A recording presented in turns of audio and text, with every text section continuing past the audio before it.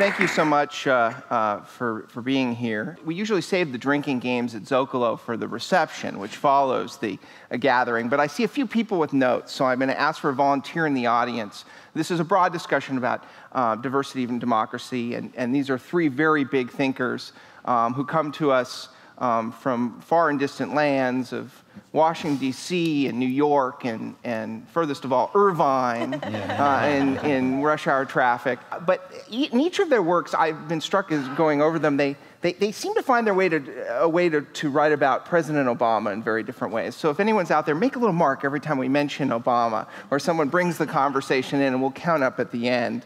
We're here to talk about tonight about two things that most of us think of as goods, diversity, democracy, and whether and how and well they work together. Now, I'm not big on defining terms, and so diversity may be very broad in our conversation: racial, ethnic, religious, linguistic, ideological, educational, economic. Democracy also gets pretty broad. So I'm not going to, we may depart a bit from the Merriam-Webster definition of a system of government by the whole population or all the eligible members of a state, typically through elected representatives. But we say and hear a lot of things about these topics and how they're related, and some can seem contradictory. You'll hear sometimes in the same speech American politicians say that diversity is a great strength of American democracy, and then you'll hear people complain that the society is just sort of too complicated, there are too many different kinds of interests for it to be really governed democratically. So let's get into it. My first panelist is someone who I think is actually, it's hard to say this about many people, but is actually indispensable in American life. If he didn't exist, we might have to invent him. He's Michael Barone, to my far right, in the yellow tie. He's senior political analyst for the Washington Examiner, resident fellow for the American Enterprise Institute, contributor to the Fox News Channel, and co-author of the Almanac of American Politics. This is an indispensable book. The first edition appeared in 1971 when he tells me he was 4, and the 21st edition of 2012 appeared last year. So in addition to all his work in the United States, he's traveled to over 54 countries, examined democracy and elections there. So I'm going to ask you, we're in Riverside for the first time, so I'm going to ask you a local question and a global question. Here's this place. We're near the Mission Inn where in 1940, two crazy kids, Richard and Tricia Nixon, got married. In 1952, two not-so-crazy kids, Ronald Reagan and Nancy Reagan, celebrated their honeymoon. But Riverside was a very different place then. 40,000 people, not as diverse and as 300,000 in the city today, 2 million in the county. But yet, as this place has gotten more diverse, you can point to problems of government. You can point to lower levels of political participation by votes. How should we think about Riverside in sort of a context politically? Okay, Riverside is emblematic of America or something. Well, I think it's, if you go back to the Riverside of 100 years ago, if you go back to the Riverside that was host to the Nixon wedding and the Reagan honeymoon, it was originally a settlement mainly by people moving westward to California. It's sort of the tail end of the New England Yankee migration that starts in the early 19th century and goes across upstate New York, northern Ohio, southern Michigan, establishes Chicago, marches through Iowa, and makes its way in small numbers to various places in the Los Angeles basin. Pasadena is sort of a New England Yankee outpost and things, and some of the early institutions. And, it's not the only culture that America had at the time. We sometimes talk about diversity today, and Riverside is part of the Inland Empire. It's part of Metro Los Angeles, if you count that as Los Angeles, Orange, San Bernardino, Riverside, and Ventura counties that has nearly 20 million people. You've got population that's perhaps 40% Hispanic, significant percent Asian, the categories that we use now as well as black and white in the census. And we've seen declining levels of political participation. Some of us think declining levels of government efficacy. And you know, I think as the sociologist Robert Putnam says, diversity is in some tension with democracy. There's lower levels of trust in a society that's diverse, less levels of social connectedness, or tends to be. Francis Fukuyama says the ideal course of civilization is to get to Denmark. Well, that's kind of a monocultural country, Denmark. But I would maintain that, you know, we in the United States have been dealing with diversity from the beginning. The New England Yankees weren't the only people here. If you read David Hackett Fisher's Albion Seed about American colonies being settled by people from 4 different sections of the British Isles, bringing different folkways, everything from religion and politics to sexual behavior, and there were a lot of conflicts between them. That New England Yankee diaspora created the Republican Party that elected Abraham Lincoln, and they went against the Southern planters that wanted to establish slavery, and we had a civil war, which is a real dysfunctional thing to have in a democracy. So the problems that we're grappling with, the tension between democracy and diversity, is not something that just happened in California in a Riverside 30 years ago. It's something Americans have been dealing with, I think on the whole with success, but obviously, thinking about a civil war, with some serious problems for more than 200 years. I was just talking yesterday with the mayor of this town, Ron Loveridge, who's not well known in California, was kind of a strange figure. He's managed to stay in office. He's mayor here for something like 30 years. The city hasn't gone bankrupt. And it hasn't. And it's the waters or something. And also an academic. And he was talking about, you know, how, you know, he's been involved in the League of Cities in California and how it's so much harder, you know, California needs to reinvent itself and have a different kind of system, but it's so hard to do that. It's so much harder to govern now than when he first started because the place is so much bigger and more diverse. And it sort of sounds to me like you know, what Freedom House says about, you know, democracy globally, that, you know, the democracy has been significantly more successful in monoethnic societies. You know, it's particularly easier to make transitions, big transitions and big changes. Korea, you know, an easier transition to democracy, not an easy one, but an easier one than Indonesia. Or, you know, it was easier for Chile than for Peru. Do you buy that at that kind of? Well, I think it's harder for the United States to get to Denmark than for Denmark to get to Denmark. I think, you know, that's a situation. I think that if you look back in our history, 2 ways that we have dealt with these tensions between democracy and diversity are, number 1, limited government. I mean, our founders in the Constitution and the Bill of Rights provided, in religion, Congress shall make no law regarding an establishment of religion, nor prohibiting the free exercise thereof. That was novel in 1790 in the Western or anywhere in the world. Regarding an establishment of religion, we had established state churches as late as 1833. Congress didn't do anything about them. Massachusetts and Connecticut kept established churches in the young republic. We had religious tests for office in New Jersey until 1877. Considering the corruption record there, maybe they should have kept them. But and so forth. But basically, it said Congress said we've got a religiously diverse group of colonies that came from different backgrounds. One was established by Catholics, several by Calvinists, by Church of England people. Congress is just going to be hands-off, limited government. We're not going to make decisions for them. The other way is voluntary associations, which Alexis de Tocqueville describes in Democracy in the 1830s, in Democracy in America, that people will gather together by themselves in their own communities and do things and accomplish things. And, you know, Putnam's argument against diversity or criticism of it is that you get fewer of these associations. I note that Tocqueville, in his trip, nearly half of his journey in America in the 1830s was in greater New England, that is, the New England diaspora that I laid out, upstate New York and things. They tend to have more voluntary associations in his time, and I think in ours, than many other kinds of Americans. The Southern slaveholders, not so much in voluntary organizations, and of course slavery wasn't voluntary at all. So there's tensions between them, but those are 2 ways that we've coped over the years. And I think that to the extent we remove limits on government and discourage voluntary associations, that increases the tensions between diversity and democracy. Interesting. Thank you. I want to get Richard in this point in the conversation. Richard Alba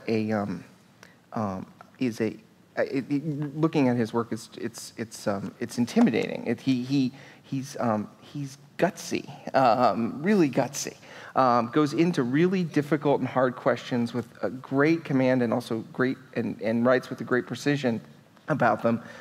He has an interest in race and ethnicity and immigration that date to his childhood in the Bronx. We won't say how long ago that was. And he's currently Distinguished Professor of Sociology at the Graduate Center of the City University of New York, and he focuses on race and ethnicity, international migration, author of more books than I can list here, the most recent of which is co-authored with Jennifer Holdaway, am I saying that? Holdaway, yeah. And will be published next year, The Integration Imperative, The Children of Immigrants in the Schools of Wealthy Societies. Michael mentioned Putnam's argument, he argues more diverse the neighborhood, the less residents trust their neighbors, the turtle effect, all of this stuff. What's wrong with it? Well, I think, first of all, it assumes that the divisions between insiders and outsiders are enduring. And I think one of the great stories about diversity in the United States is that those divisions often diminish over time. And so, if we looked at the early 20th century in the United States, this would have been a white Protestant society, at least the mainstream was white Protestant. And then after sort of mid-century, it became a Judeo-Christian society. And so, groups that had been really on the outside and perhaps the cause of unease among white Protestant insiders suddenly were inside themselves. Now, that's a neat trick. It doesn't mean we can do it every time. And obviously, we're facing an enormous challenge today in terms of our ability to integrate the children, especially of immigrants coming from Latin America and the Caribbean. And I think that's really going to determine a lot about our future as a democracy, how well we can do that.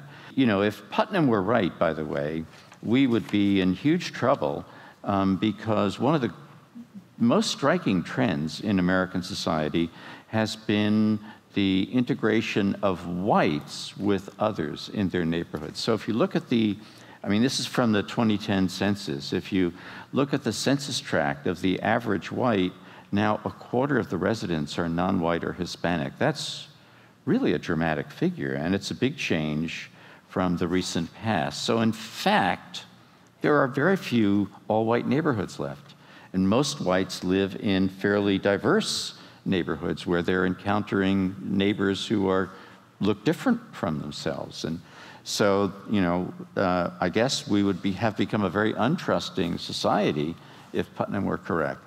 I think that diversity has brought a lot of benefits to American democracy. And I say that, recognizing that your original statement that there's a kind of, that the two are in tension with one another is right.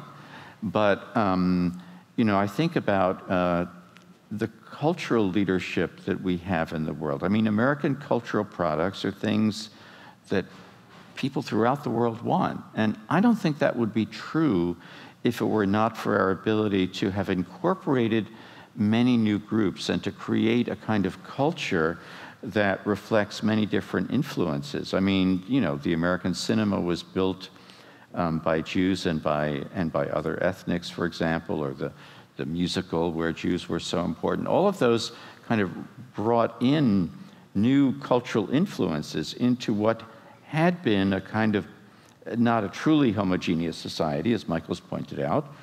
We had diversity way back when, but still, relatively speaking, more diversity in the mainstream than we have today. And it's sort of the genius of American democracy, up till now at least, has been its ability to bring new groups into the political mainstream. We see that today when we have on one slate a person of half African descent and a Catholic running, and on the other slate a Mormon and a Catholic. This would have been unthinkable 50 years ago or 60 years ago. So it does testify to something expands. And it's not just the sense of membership that expands, I would argue. It's also the range of kind of cultural influences that people bring that then alters the political culture. The historian David Hollinger, who is actually at UC Berkeley, so he's on this coast, has written, I think very insightfully about the kind of early interactions in sort of the intellectual world in this country between Jews and Protestants, and remarked that each influenced the other, but that what came about from this mutual influence was a kind of a public intellectual culture that was much less harnessed to a particular denomination or a particular kind of form of sect, if you will. It became really a kind of a non-denominational public culture. And so I think that kind of influence has been going on really throughout American history, certainly very important in the 20th century. But our big challenge, which is partly, I think, an economic challenge, is and an educational one, having just written a book. Yeah. Are we really going to be able to open up the mainstream for the newer groups in a way that we successfully did for the outsiders of older waves of immigration? And I don't know the answer. I mean, I think the answer isn't really determined. It has to do with decisions we're going to make as a country, some of them political, obviously. It feels like sometimes there are two narratives in what you just said. One is the narrative of diversity pushing the democracy in a healthy way. Yeah. But there's a counter-narrative there that we also hear of that it's democracy, it's sometimes our democratically elected leaders that have pushed us, or the judges they appoint have pushed us in ways and that there's this argument you hear sometimes from people now democratically elected, sometimes with the tinge of nostalgia, is that we're somehow a more complex or diverse society now, and that it's somehow harder, the way our political system works, the way our democracy works, to make the kind of big changes that we saw in the past that led to all of these sort of advances that you've just talked about. I mean, I guess sort of the question is democracy better for our, it's sort of, is democracy been better for diversity than diversity for democracy? Well, they've been good for each other in a variety of ways that we could talk about. But the question that you're asking is, have we reached the outer limit of kind of where democracy and diversity can go together? And I think, my sense, and Michael will probably chide me for what I'm going to say, but my sense is that the nature of our politics has really been changed very dramatically over the last several decades. And I blame the enormous amounts of money that have come into our politics that I don't think were there 40 or 50 years ago. And, it's really, to my mind, tilted the system for the benefits of relatively modest and very powerful groups of Americans. And of course, the Citizens United decision and all of the new, the dark money, et cetera, the new funding sources that have come up in this election are, an example of that. Now, one might argue, given the way the polls are now showing the presidential race, that their effect has been overstated. But I think it hasn't been overstated when we come to the lower levels of office, which we know, like in congressional seats, et cetera, which we know are very, very important in determining the national direction. Thank you. I want to bring Jennifer Lee in at this point in the conversation. This really is an all-star panel here we're very lucky to have. She's a professor of sociology at the University of California, Irvine, author of Civility in the City, co-author of The Diversity Paradox, which I just reread as a tremendous book. I think I have it here for those interested, written with Frank Bean. There's incredible sort of work that's based on interviews in California with that look at intermarriage, rise of multiracial identification, and then some of the things that Richard was talking about, legal eradication of discrimination, new immigration, and integration of immigrants. A lot of things that Californians would pride themselves on. We're forward-thinking people. We've done all these things. And yet, this is a state where it's now conventional wisdom that we're ungovernable. Our democracy doesn't work. I mean, are those things connected or not? Okay. That's not the question I thought you would ask me, but that's not what we discussed upstairs. You were going to give. Okay. So I'll do what I do best, which is I flip the question to what I'd like to talk about, which is in part my book, but also bringing together some of the points that both Michael and Richard made. The first point I wanted to make is that what we argue in the diversity paradox is that a lot of people think with the election of Barack Obama, we've become a post-racial society, that race has declined in significance, that race no longer matters, that if we can elect someone who is of African descent to the presidency, how can we say that race matters? And so what we find is through data, through intermarriage and multiracial reporting, is that while these trends have increased for all Americans, they've increased most sharply for Asians and Latinos, and less so for Blacks. So what we find is a pattern of Black exceptionalism. So while the racial boundaries are fading for Asians and Latinos, they're fading far more slowly for Blacks. And we found that through census data. We also found that through in-depth interviews when we asked people, who would you consider dating? How did your parents react to your dating someone of a particular racial and ethnic background, and so forth? And also experiences of being multiracial. So we found that Asian whites and Latino whites had much more flexibility in how they wished to identify than Black, white, multiracials, who felt much more constrained because people identified their Afro ancestry. The other thing that we found that was really interesting was that diversity itself had an effect on these trends. So in states and metropolitan areas that were racially and ethnically diverse, they had the highest rates of intermarriage and the highest rates of multiracial reporting. So what we argue is that diversity, the greater the diversity, the greater the likelihood that certain racial and ethnic boundaries are declining. In terms of this discussion, one of the things I wanted to get at was this question that I think people assume that increased diversity leads to increased polarization, that if you have a more diverse society, that it necessarily becomes more polarized. So I actually did some homework on this, and I tried to understand, are we as Americans more diverse in our opinions than we were 40 years ago when we were much less diverse?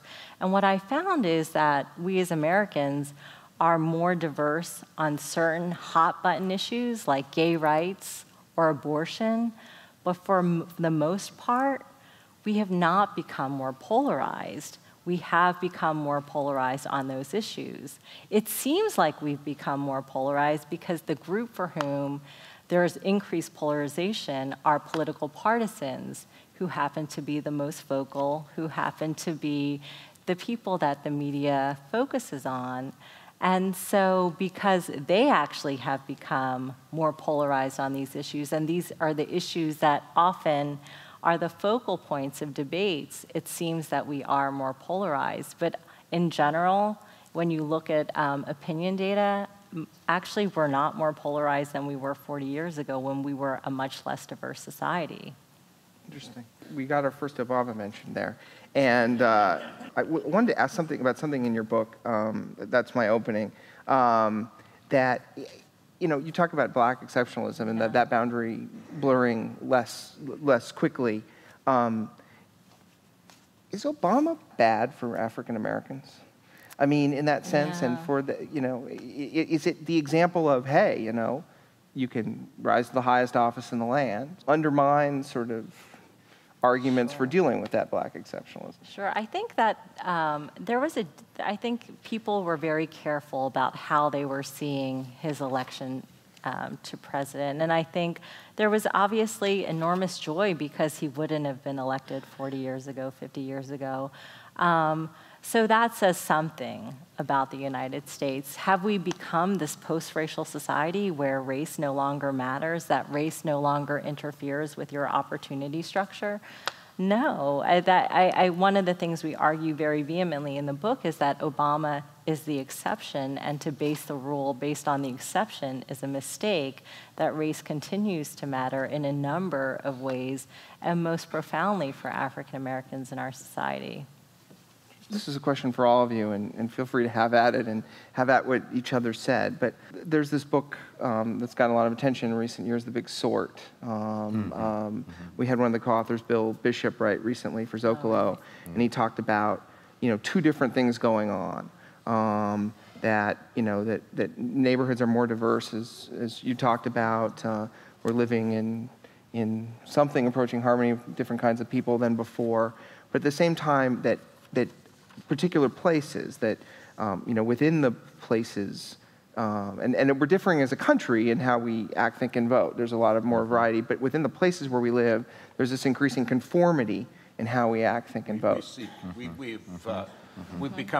become one of the things we've used our affluence for, and I think we still have some affluence even though we're here in a foreclosure-heavy county, in Riverside County, is to move in with the kind of people that tend to share opinions with us. And I think Bill Bishop's book illustrates that very well. I mean, if you go back, I think it perhaps exaggerates the trend because he uses as his baseline the 1976 general election. And the reason that that's a little misleading is that in both cases, the two parties' nominees in both cases happened to come from a historic heartland of that party, but a historic heartland where opinion was moving against that party.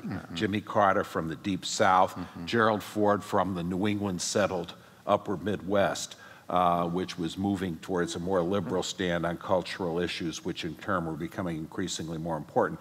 So in that election, for example, the Democratic candidate carried the San Francisco Bay Area by a huge margin of 51 to 49%.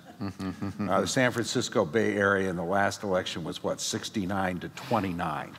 And I think that, there's certainly among a certain class of professionals, people with high skills can choose where they live. And there's a lot of people who would, if they would not move from the San Francisco Bay Area to the Dallas-Fort Worth Metroplex for any amount of money. And there's a lot of people who would not move from the Dallas-Fort Worth Metroplex to the San Francisco Bay Area for any amount of money, because it's just not, they have the sense, pretty accurately, that it's not their kind of people. Richard's answer to his Joe's first question was something I found myself agreeing completely with, and then I almost completely disagree with his answer to the second question, but leave that one aside. Well, the first one, the blending in of early 20th century immigrants. You had, Southern Italians, you had Serbs, Slovaks, Slovenes, Poles, Jews from the Russian and Austro-Hungarian empires, all these people who'd been second-class citizens in multi-ethnic empires, and we assimilate them very well. One reason was that the elites of that day believed in Americanization and not in sort of ethnic separatism. We're going to teach them all in Spanish because otherwise we'd infringe on their cultural space or something. We do have some disagreement. We had, but the other thing that I think was a huge culturally unifying event in the United States, and one that we I think cannot duplicate and would not wish to duplicate, was something called World War II. We had World War II, we had 16 million Americans were in the military at one time or another in World War II in a country of 131 million at the beginning of the war. The equivalent today would be a military in which 38 million served. That's simply unthinkable to us, to be put in uniform, to be subjected to the same strains, to be brought into contact with the Dallas-Fort Worth Metroplex and the San Francisco Bay Area, being brought into conflict and all, in common and so forth. That was, and what followed for a generation was a generation of conformism, of other-directedness, of cultural unity. There were some exceptions to it and so forth, and there are some aspects of it that are unappealing. It was not a culture that was tolerant of things like gay people and stuff at all. But it was a culture that proved ultimately to be accepting and supportive of civil rights measures. But that society has, with continuing affluence, we have sought out our cultural niches, as Bill Bishop's book illustrates and perhaps amplifies a little bit. And we've had a politics which has divided people along cultural lines. I mean, if you take the period 95-05, which is a period of very stable voting behavior, the demographic variable most highly correlated with voting behavior is religion, or within each sectarian group, degree of religiosity. People were voting on the basis of deep moral beliefs, often religious beliefs, things they had based their whole personal lives and their family lives and great decisions in their lives on. And they were very important to them. And I think one of the problems you have when you increase the size of government is that it can infringe on other people's space in a way that produces conflict. I mean, an example today would be the Department of Health and Human Service rule that all organizations with very small limitation have to, including things like Catholic hospitals, have to provide insurance policies that provides free contraceptives. Advocates of this see this as giving advancing a moral right of equality for women. Opponents of it see as forcing people to violate their religious consciousness. That's an unhappy conflict to have in our society. But it's part of the political scene, and whether there were super PACs or Citizens United or not, a lot of people are going to get excited about it. Richard? I want to take it in a somewhat different way. I think that what you've raised with the big sort, which I think actually is pointing its finger at something real in our society that contributes to polarization, isn't so much to do with kind of the role of diversity and democracy, but it has more to do with sort of where we are in terms of technology and affluence. And it means, and by that I mean that we now tend to limit ourselves to worlds of discourse that are very much worlds that we share. I mean, on the internet, we have this tremendous choice of places that we can go to look up commentary, to look up the latest news. And, you know, I think the research shows that what people do is they choose those outlets that reinforce what they already believe. And, you know, what you're suggesting, you know, what the big sort suggests is that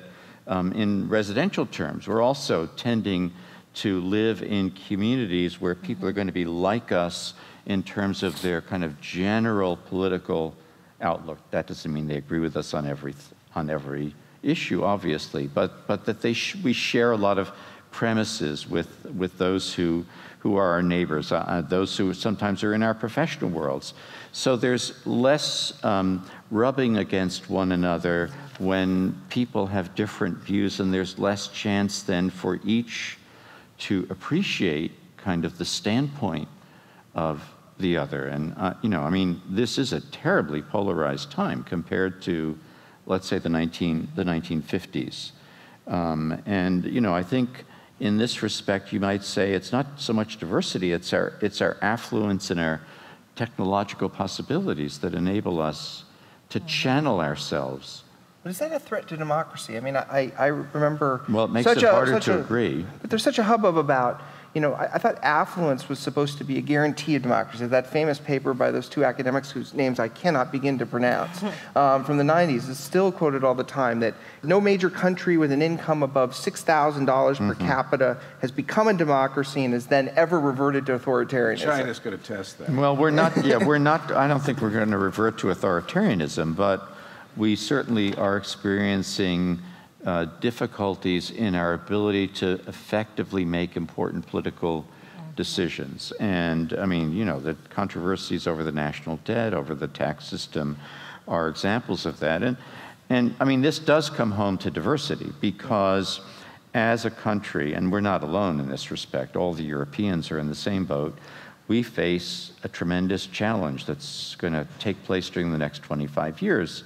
As the workforce shifts from being largely white to more evenly divided between whites and minorities. And so you know, the economic reality is very simple. We're going to depend much more on having talented minority workers, skilled minority workers, than we've ever had to before, because we're not going to have as many of the majority group in the workforce. And yet, when we look at our educational system, it's just strikingly clear how disparate are the outcomes that it produces for the white majority and for Hispanic and African American young people. And I say, I mean, that we share this situation with a number of other countries. Germany, France, Great Britain are all in the same fix, and all have, even though they have very different educational systems, it's nevertheless the case that their systems produce these kinds of inequalities at a historical moment when the need is great, in fact, to sort of bring groups that have been disadvantaged up to the norm, the educational norm of the mainstream. And I think But you're making the perilous assumption there, though, that the boomers will actually die, right? And they're too important to ever let that happen. Well, maybe right? so. Maybe so. You mean there's so many of them that they've arranged it with God. No, I like to say that the good news is that the baby boom generation will die out. The bad news is that I'm going to die about the same time. All right, very good. But you're older than the oldest baby boomer, as I am too.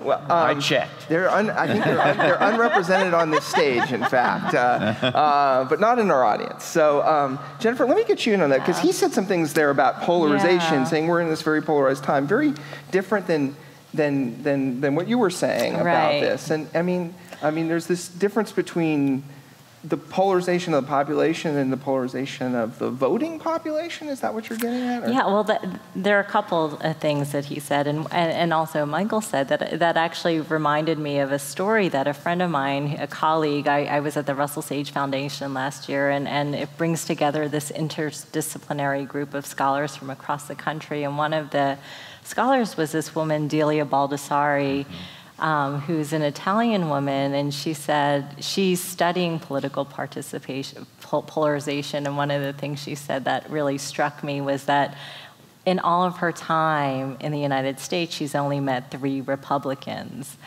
And she said this couldn't be possible, that even, yes, she's a sociologist, and sociologists tend to be a left-leaning group, but she lives in New York City, and how is it possible that she's only met 3 Republicans? There is one Republican sociologist in the country.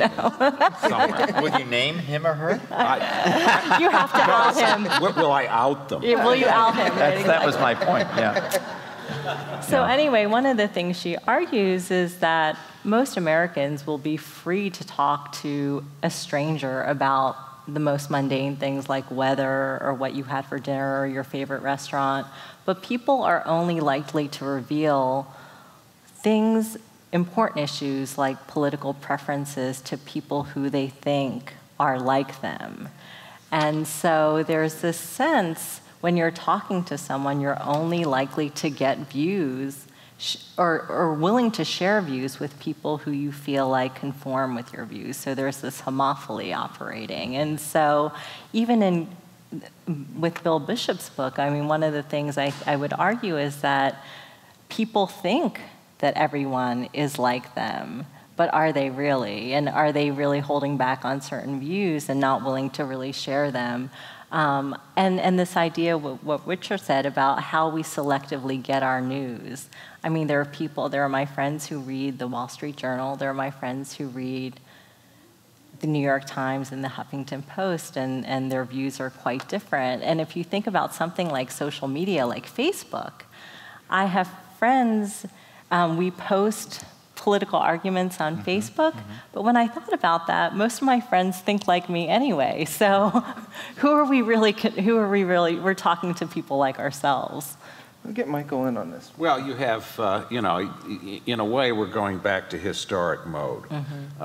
If you look at politics, journalism in most of the 19th century, the early 20th century, it's partisan. People sought out their niche. I can remember going to New York City and walking around in the streets circa 1959, 1960, And there were, I think, 9 daily newspapers that you could pick up, and the different political persuasions and very different ethnic things. We talk about whites today as a homogenous group. New York City in 1959, I would say in many ways, ethnic differences were still readily recognized of some political significance. You had the balanced ticket, you had to have an Irish, Italian, and a Jew. You had, things of that nature. It's the period, we have this period that starts in that post-war period when we have a supposedly objective national media and a sort of monopoly, ABC, NBC, CBS. Everybody watches their newscasts, and and they in turn are basically fed by the New York Times and the Washington Post, and so forth. So that's, those days are gone, as those of us who are in print journalism know. And technology has changed, so we're going back to the historic norm of choosing that. And I guess my argument is that limits on government make it easier to avoid very rancorous clashes. We couldn't avoid the Civil War because there was an issue from the Constitution about the territories being in the control of Congress and should you allow slavery or not there. That was sort of a zero-sum issue. It was raised by the Republican Party, which was formed primarily by New England Yankees and didn't even run candidates in the South. And the opposition to that led to civil war, people who would not accept the victory of that party. I would say that when you have bills like our current medical care bill that raises this issue of religious conscience versus moral, personal hegemony, it's an issue that we avoided when we didn't have, when we had a more limited government and when more things were handled on a local basis and by communities that were more homogeneous. There's a reason that welfare states work better, I would argue, in places like Denmark and Sweden and things, because they are, or mostly have been, culturally homogeneous societies with social norms encouraging hard work and personal responsibility, ethnically homogeneous. And I've, people say, well, the Swedish, welfare state works. Couldn't it work in America? And I said, well, if we had 310 million Swedes, it would work in America. We've got 310 million Americans from a whole bunch of different backgrounds and so forth. Just one other thing that I'd like to note, apropos of something Jennifer said, and it has some relevance here in Riverside. In 1942, President Roosevelt ordered that the Japanese Americans in the 3 West Coast states be taken to internment camps. And I'm sure there were some here in Riverside County, which was a citrus-growing area, who were taken away for that. If you go back and read the journalism of World War II, you see, the Japs strike Pearl Harbor. That's a phrase that we would find, strikes us, our ears as discordant. People of Asian descent or nationality were described as monkeys, as subhuman, and so forth. That attitude is not only repugnant to 100% of Americans today, it's just, as far as I can tell, absent from this country. That's quite a nice transformation, and perhaps justifies some of the optimism that Richard suggests. But and I have it's the same question I have, but to what Jennifer and Michael just said.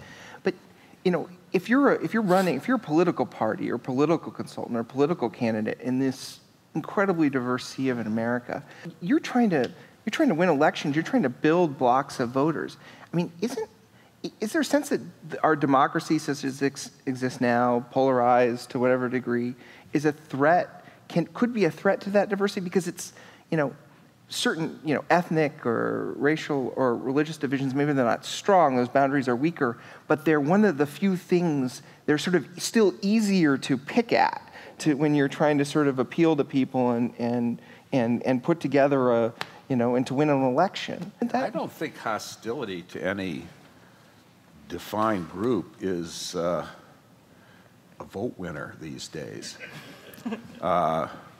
that I can think of. No, but it's not necessarily hostility. I mean, you can certainly make appeals to particular groups of people who are defined in racial, ethnic terms. And I mean, to some extent, you could say the presidential election has. Well, President Obama gets 95% of African Americans voted for President Obama last time. Is that a racial sort of thing, or is that just free citizens exercising their judgment about what's best for the country, best for them, or best for their communities? I say it's the latter. But well, I mean, what do you think of that, Jennifer? Well, I was actually going on to the point of optimism, because I'm optimistic. Actually, one of the things I found interesting was when I was looking at most Asians and Latinos actually do not vote. But what's heartening, that's not heartening, but what is heartening is that most of them are not affiliated with a particular political party. So 57% of Asian Americans and 56% of Latinos do not identify with a particular party. I find that heartening because when we talk about the idea of growing diversity leading to more polarization, here's an opportunity for 25 years out when the children of immigrants, or now when the children of immigrants, I mean, a lot of the Asians and Latinos who aren't registered to vote are first generation, are immigrants. The children are registering to vote. But what's heartening is that there's an opportunity for issues then to take central stage as opposed to parties driving these groups to vote in a particular manner. Yeah, if you a data point, in the exit polls, I believe in 2008 and 2010, quote, Latinos and quote, Asians voted closer in percentage terms to quote whites than to quote blacks. So I think it's sometimes misleading or oversimplified to talk about voters of color, just as in some ways it's simplified about talking about whites. Most of those people voting 69-29 Democratic in San Francisco Bay Area are white. So I should stop reading these Ron Brownstein stories that I see in the LA Times every couple of weeks about how it's all about whether Obama can keep 40% of whites. Ron and I have had this argument where I've said that, you know, that I think the non-white category is a misleading category. Absolutely. He disagrees. He's a smart guy. Well, I think you're right. I mean, and I think Jennifer's research on intermarriage and its consequences show that, you know, it's still in our, I think there's a very deep cultural strain in our society that sees immigrants as more admirable than African Americans. And in that sense, Hispanics and Asians are benefiting from that. I mean, they're being seen as part of a long historical pattern of immigrant groups coming and working their way into the mainstream. I think I am an optimist in a lot of ways, but I think there are challenges today that really, you know, are not going to be easy to meet, and our politics makes it more difficult to meet them. And those challenges have to do with really what we have to do as a society to bring, especially Latin Americans, into the mainstream. And you know, education is something that is getting less and less of its due, public education, less and less of its due, I think, in the U.S. And that is a battle that is political, that also has to do with generational groups and with white and non-white splits, I think. And on that note, I actually wanted to just add another important point. I know Richard has also done a lot of research on this about the children of unauthorized migrants. What happens to them? And one of the things that our research shows that if the children of unauthorized migrants who are unauthorized themselves, when their parents change their status at some point, their children do better. So if the second generation, if the parents came as unauthorized migrants, but they attained citizenship or naturalized in some way, their children actually get 2 years more of education, just holding everything else constant.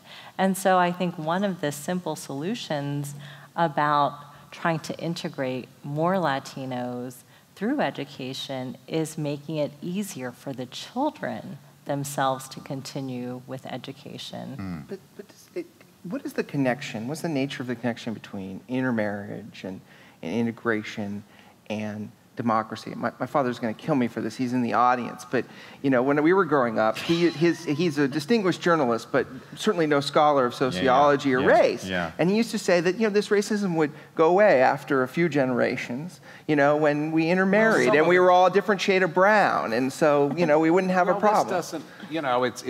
It's interesting to think about this in contrast with some other countries as well, where the differing attitudes on Asians. If we'd had a crowd of good citizens of Riverside County, of this amount of people, here in 1942, you would have been cheering the idea of interning the Japanese Americans.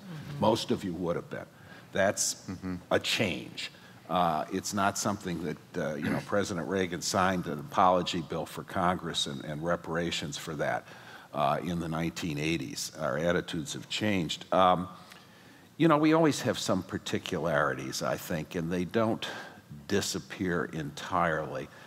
As I say, in a free country, we're free to seek our cultural niche where we're comfortable, and we tend to go to that niche, and we tend to seek out the media that we do that, and so forth. And you see this in choice of professions. I mean, some of the academic departments are totally monopartisan, except if you count different kinds of Marxism and things. And it's, I wish I could say that didn't matter in sociology, but unfortunately, looking at the recent presidents of the ASA, I can't. Okay, well, and we're going to do that. And it's interesting, the Harvard sociologist Orlando Patterson, who I think is probably, he's from the Caribbean himself. He is, he's Jamaican. Yeah. He makes the point, he makes an interesting point. He says, in America, we have an elite that is integrated and a people that are segregated. He's sort of talking about everyday life. Yes. He said in Mexico and Brazil, they have elites that are segregated and people, in a people that are integrated, which is my observation of sort of daily life in those countries. The racial categories that are important to us are important in some parts because of historic circumstance and because of previous associations. It is, fascinating that our first African-American president is not the descendant of people who were slaves in America. Absolutely. Well, apparently on the white side of his family, he is. Well, of slaves? Of slaves. Yes, yes, there was news to this. The genealogists have been busy.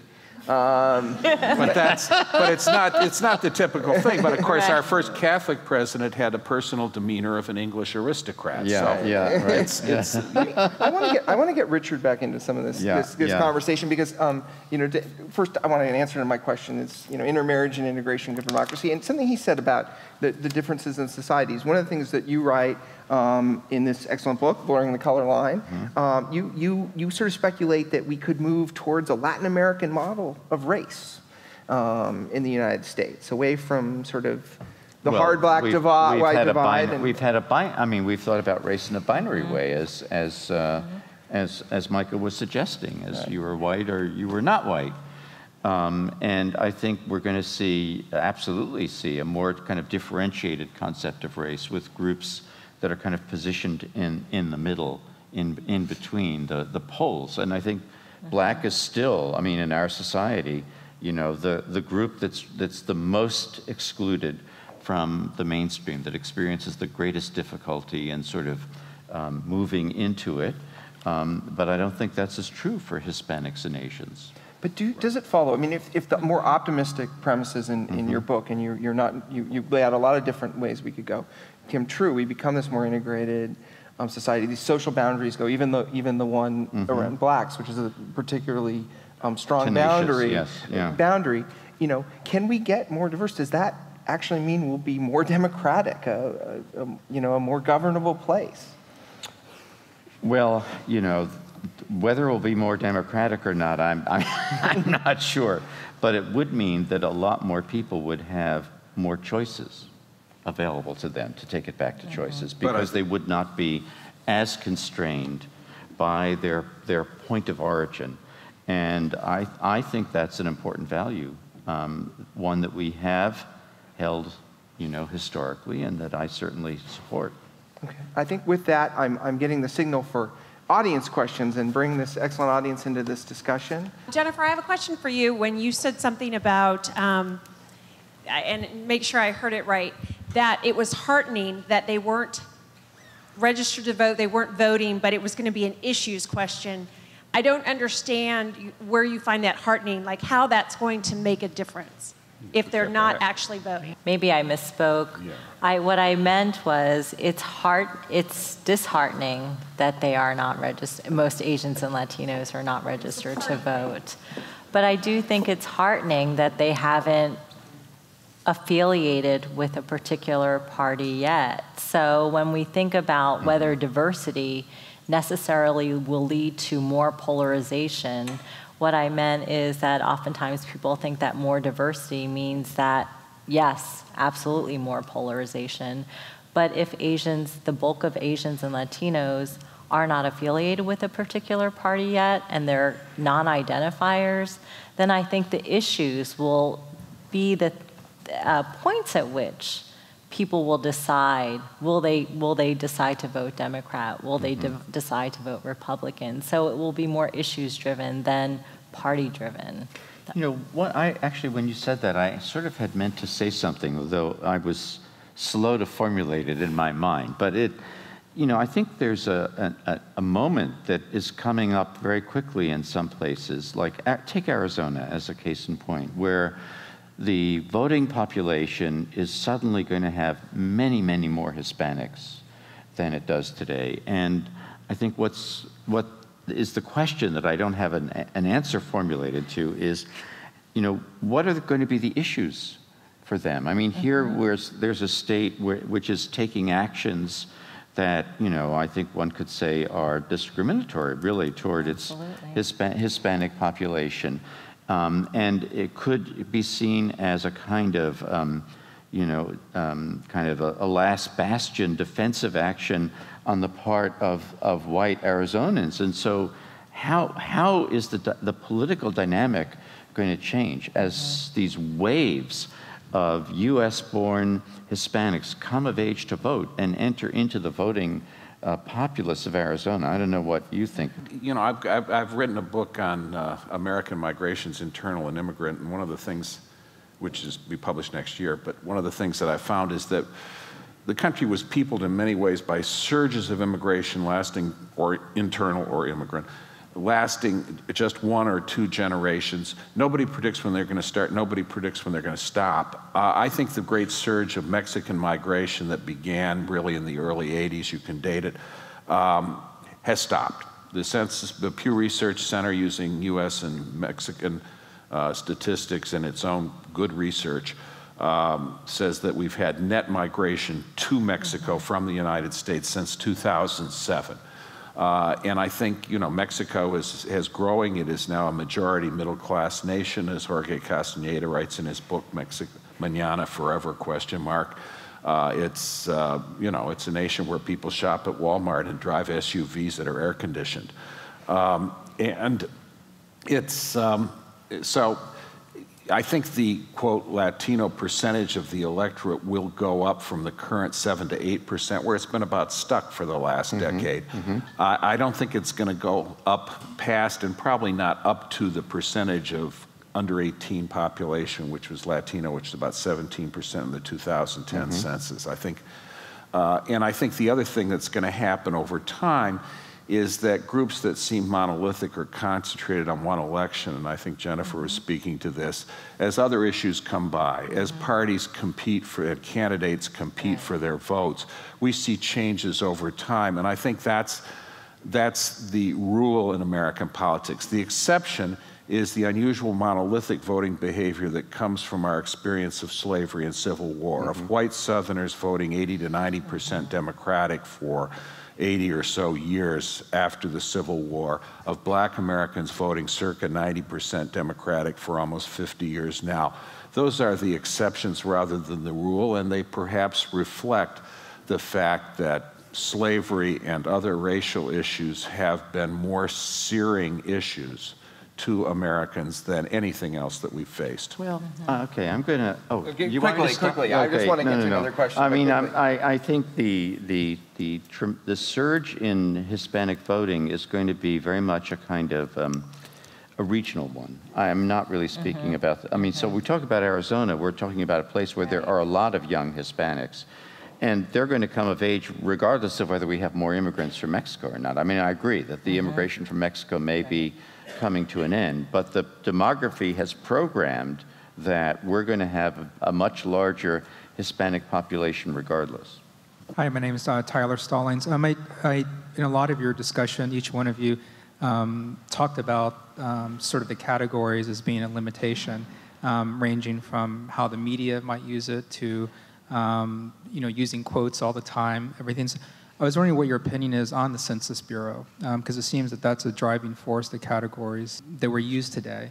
And what are your thoughts on changing those categories? The Census Bureau invented the Hispanic category for the 1970 census, and you sort of wonder who's included. I mean, former Congressman Tony Coelho from the Central Valley of California applied for membership in the House Hispanic Caucus, and they said, well, Tony, you're not from Mexican background, your family's Portuguese. And he brought in a map of the Roman Empire that showed the different provinces, and the whole Iberian Peninsula was labeled Hispania. And he says, that's right there. And of course, the fact that he was chairman of the Democrats' campaign committee may have had something to do with the fact that they let him in the Hispanic caucus. Was Crown Prince Felipe of Spain counted as a Hispanic, presumably underprivileged student when he was at Georgetown University? Well, he's a descendant of the Emperor Charles V and King Louis XIV. I don't know if he's underprivileged, but there's the Census Director Robert Gross, who I think did a good non-political job of conducting the 2010 census, has proposed, as I read it, this thing that we've got to set up a whole bunch of other categories to imitate the Latin American categories. And here I think I'm disagreeing with Richard Alba. I'd like to see no racial categories on the census and let us just do it by public opinion polling and so forth, rather than going into Latin American classifications. I mean, they have multiple things. I saw. What did I say? I saw several years ago. I saw an exhibit at the Los Angeles County Museum of Art of Mexico casta paintings. Do you know what those are? They're from the 18th century, where they have pictures of the families, and they have about 16 racial classifications, and one is jumping in the air or something. And the idea is that you're supposed to get whiter, or more European, actually. They don't say whiter, more European as each generation goes on. And the families commissioned these paintings to show that. I don't want us to go there. I'd like us to tend to want to accept Americans as Americans and immigrants as good friends and fellow residents. And I think all this parsing up and then racial spoil systems and what percentage does somebody claiming the Native American category get and all this stuff, boy, to me it resembles the racial classifications of South Africa or of post-Reconstruction Louisiana, and I don't like the sound of it. Well, I think there's a big difference between census data and classifying individuals so that you put them into official categories, which we don't really do. Census is self-classification. It is and the data are reported in aggregates. So, I think, look, I mean, race has been a tremendously important factor in our history, and it's associated with a great deal of inequality still. And unless we have these categories in the census, we can't measure that inequality. And, I think you've heard a lot of stuff come out in this conversation, which is coming out of this census, either census data or census-like data. Now, that said, I mean, the categories in the census are created by a process that is partly political, and it has a bunch of problems. I mean, one of them, for example, is that we've now allowed people, I think quite correctly, to report that they have mixed race. That's a good thing, because it reflects the mixing that's really taking place in our society, the fact that people have options in the way they think about themselves. But oddly, that doesn't apply to the Hispanic category. Right. So which you is a cannot. separate question. Yes, Right. it's a separate question. So you cannot, in the way the census classifies people, be partly Hispanic and partly something else. Well, that's crazy. I mean, and it doesn't reflect, of course, the social Right. realities Right. of American life. Well, and about half the people who classify themselves Hispanic, when asked the race question, Yes, they- classify themselves as other. They do. Right. Which is Yes. presumably a reference to Latin American race categories, which are different from ours and different in different Latin countries. Yeah. I mean, they have different heritages Yeah. and different situations on this. Yeah, Jennifer, actually, you work with a lot of census data. Well, it's interesting because in the book we have a chapter about the census because one of the things we did is look through the censuses, the race question through multiple years of the census, and what's fascinating is how much the categories have changed over time. And since the inception of the census, there have only been 3 consistent categories, which are white, black, and Chinese. And in terms of Asian, that's not even a race. What they found is that most Asians don't identify as Asian, and so Asians weren't checking off And Asian how far boxes. west And do so Asians go? Do Iranians count as Asians? Do no, Turks they don't. from Anatolia Yeah, count I as know. Asians? It's really kind of arbitrary. But so for the Asian category, it's not Asian, it's just a number of different ethnic groups. And so there's a lot of arbitrariness to this census, but as Richard said, it's also a political process of how these categories get formed, and every constituent wants their group counted. And so that's how the multiracial category actually, it's not a category. There was actually a fight among some groups who wanted multiracial as a separate category. Well, what people argued was that, well, it really wouldn't tell you very much because multiracial can mean black, white, which is a very different experience than Asian white or Hispanic white, which is not a multiracial category. And so what the census agreed was that you can check as many boxes as you'd like. Mm-hmm. The president chose to check 1, black. Yes, he did. But on the other point I wanted to end with was a point to follow up on Richard's point, is that we have these census categories to track progress and track inequalities. And when I think about the alternative, which is France, where they don't have categories for racial categories, and they have no discourse to talk about discrimination, to talk about inequality based on race-based differences, that's a problem. That's where I understand the utopic vision you have. We're not there yet until we are. There's other sources of information about these things that aside from the census, there's lots of public surveys that provide information. Of the Pew Research Center, for example, would provide information even if the census did, that would be accurate within the limits of the higher standards of public opinion polling. Another question. My name is Faisal Kazi. I'm an American Muslim. And speaking of President Obama, when I first saw the polls, that 3 out of 10 people believed that President Obama was a Muslim, I got kind of excited. When I focused on the polls and 3 out of 10 were Republicans or conservatives, I smelled trouble. And then if you looked at certain states, specific states like Alabama, where the numbers were much higher, by that time it had become a political issue. And now we have one specific party which has a platform, they call it anti-Sharia platform, adopted at RNC very recently. You spoke much of ethnic diversity in politics. What about the role of religious diversity in politics? And is religious diversity bad for democracy? I think Joe Mathews spoke to this earlier when he said, weren't you the one that said that we used to only have Protestants, and really from certain Protestant denominations, on our national tickets, and now we don't have a single one of them on either of our 2 major party national tickets. It's true. I mean, I saw someone, Walter Russell Mead, writing that, Obama is the last WASP president. Yeah, right. That's the closest we're going to get. Anyone want to address that question? Richard. There is an issue in globally. I mean, there's data that suggests, on this question of religious diversity, that countries that with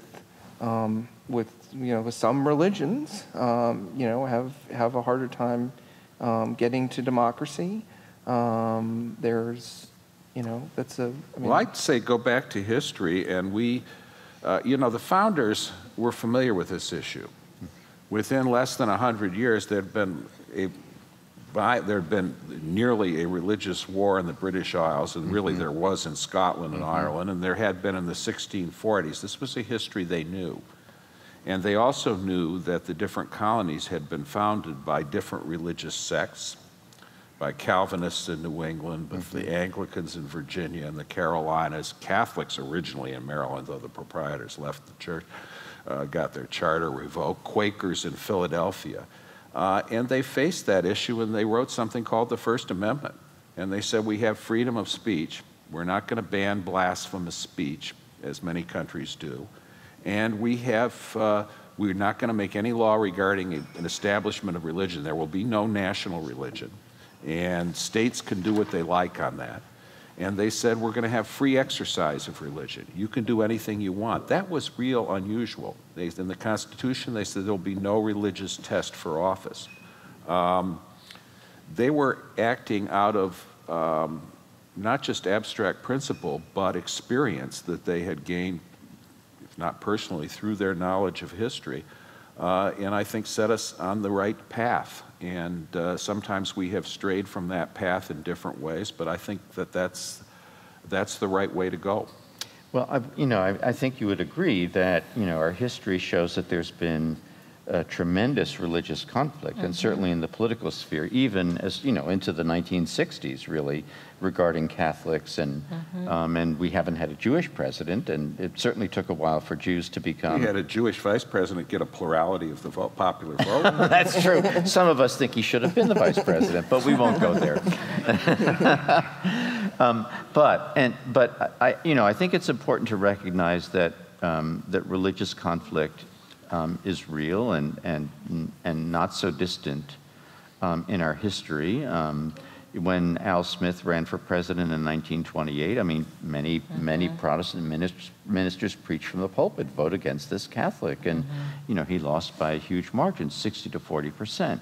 Nevertheless, I agree with your fundamental point, which is that there's a kind of institutional structure which has tended to keep these conflicts within a certain bound, you might say, and ultimately to kind of bring groups into the fold. And so in this sense, although I recognize the discrimination that many Muslims perceive and realistically perceive in the larger society, I'm optimistic in the long run that the kind of institutional paradigm that was laid down in the First Amendment will ultimately prevail. There's just I don't want to keep anyone from their drinks, but there's a thing I remember hearing a lot about in the Clinton-Obama battle in 2008 and demographics being destiny. That the argument was that Obama did better, that the African American candidate did better in places with very little racial and ethnic diversity, and then in places with great amounts of it. And that there was a sort of band in the middle where it was tough. I mean, is there an explanation? Is there a reason why? Does that explain why the first Muslim congressman is from Minneapolis and not New York City or Detroit? I think that actually I would apply somewhat different frames on that. If you're looking at the states that were cited as Obama doing well, like Wisconsin, they're part of Germano-American, it's Germano-Scandinavian American. They've always been the most pacifist, isolationist, dovish part of the country. Obama had opposed the Iraq War all along. Hillary Clinton had voted to authorize military force there. There happened to be very few black people in Wisconsin outside the south side of Milwaukee. And I think that it was more that, whereas if you go to states that band along the Appalachian chain, that's the Scots-Irish. That's the fighting Jacksonians. This is the warlike characters who, you leave me alone, I'll leave you alone. If you threaten my family or my country, I'll kill you. That was Obama. whole demeanor is not well calculated to win the votes of people of that character. Well, but that seems to have been true for Al Gore also. So, to some extent, well, but Bill and Hillary Clinton did better with those groups of voters. As a Scots-Irish married to a person of German-Norwegian ancestry, that may explain the occasional problems we have at home. In any event, let's end on that note. Please join me in thanking this panel, and we'll see you at the reception.